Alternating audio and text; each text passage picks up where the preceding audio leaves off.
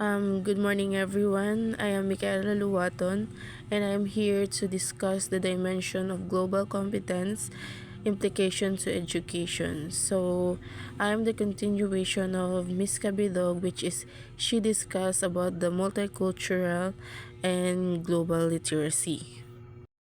So, here in the introduction, education for global competence is founded on the ideas of different models of global education, such as intercultural education, global citizenship education, and education for democratic citizenship. So, despite the differences in focus and scope, this model share a common goal of promoting student understanding of the world and empower them to express their view and participate in the society. Um, there are four dimensions of global competence that people need to apply in their everyday life. Just like students from different culture backgrounds are working together on school projects. So here are the four dimensions that I need to discuss. So here's the dimension number one: examine issues of local, global, and cultural significance.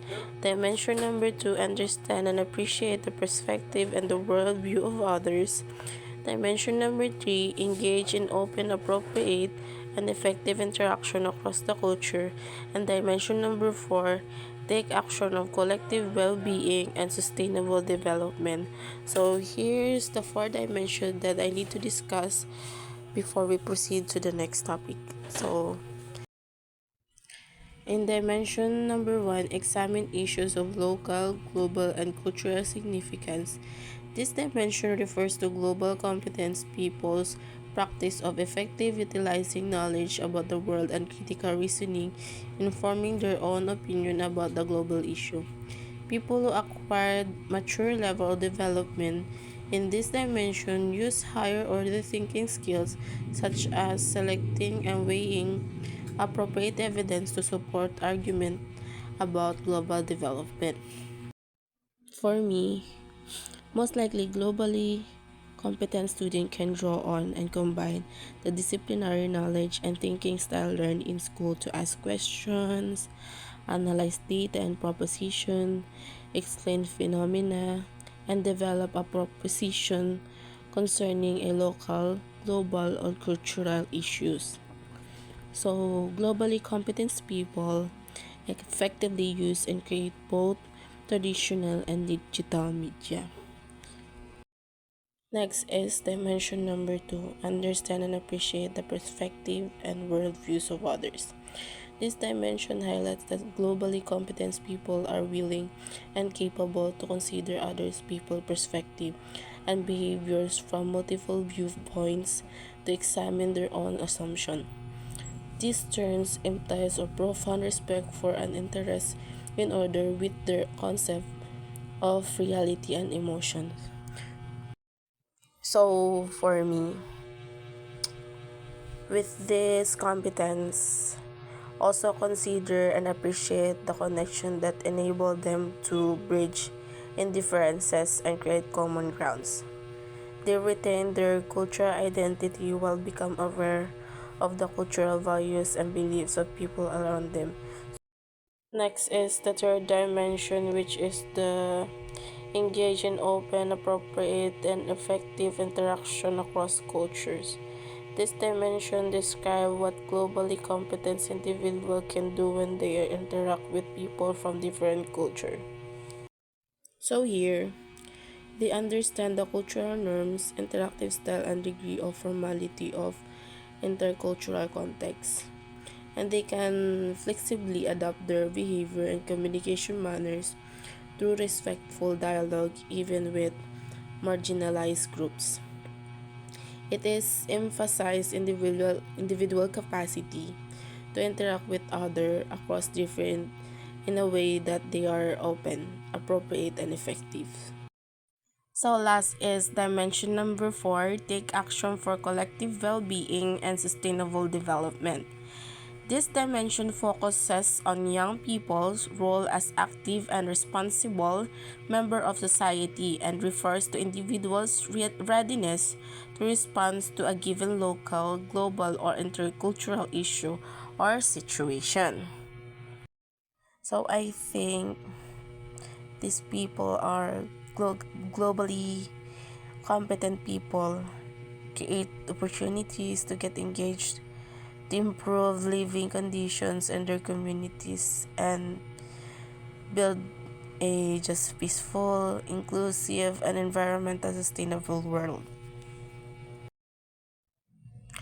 Our next topic is the assessment strategy for global competence. The PISA 2018 assessment of global competence contributes development while considering challenges and limitations. It has two components. Number one, cognitive tests exclusively focus on the construction of global understanding, while set number two, it focuses on questionnaire item collecting self-report information and student awareness on global issues and cultures, skills and attribute, as well as information from school and teachers on activities that promote global competence. So next is curriculum for global competence. Knowledge, skills, attitudes, and values. So school can provide opportunities for students to explore complex global issues that encounter through media and their own experience. The curriculum should focus on four knowledge domains. Number one, culture and intercultural relations.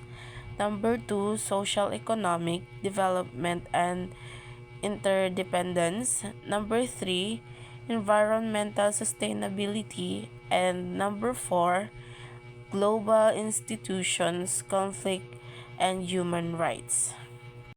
So, for me, students can acquire knowledge in this domain by reflecting on their own cultural identity and that of their peers by analyzing common stereotypes towards people in their community or by analyzing related cases of cultural conflict.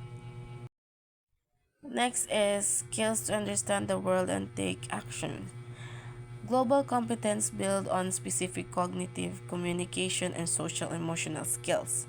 Effective education for global competence gives students the opportunity to mobilize and use their knowledge, attitude, skills, and values together while sharing ideas on global issues in and outside of the school, or interacting with people for different cultural backgrounds.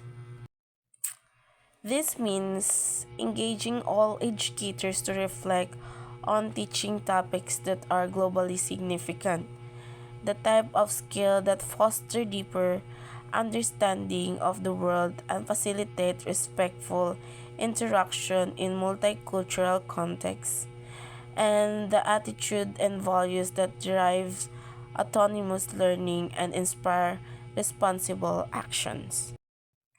Next topic is the knowledge about the world and other culture. Global competence is supported by the knowledge of global issues that affect lives locally and around the globe, as well as intercultural knowledge or knowledge about the similarities, different and relation among cultures. So under that is the perspective taking refers to the cognitive and social skills of understanding how other people think and feel. Next is the adaptability. It is refers to the ability to adapt system thinking and behaviors to prevailing cultural environment or situations and contexts that can prevent new demands or challenges. Next topic is the openness, respect for diversity, and global mindedness. So, global competent behavior requires an attitude of openness towards people from other cultural backgrounds, an attitude to respect for cultural difference, and an attitude of global mindedness. So, under that is open towards people for other cultural backgrounds. So it involves sensitive toward curiosity about willingness to engage with other people and other perspective on the world. Next is respect. Consists of a positive regard for its someone based on judgment of intrinsic worth. Next is global mindedness. Is defined as the worldview in which one sees him or herself connected to the community and feel his sense of responsibility for its members. Last is valuing human dignity and diversity. Valuing human dignity and valuing cultural diversity contributes to global competence because they constitute critical filters through which individuals process information about other cultures and decide how to engage with other and the other world.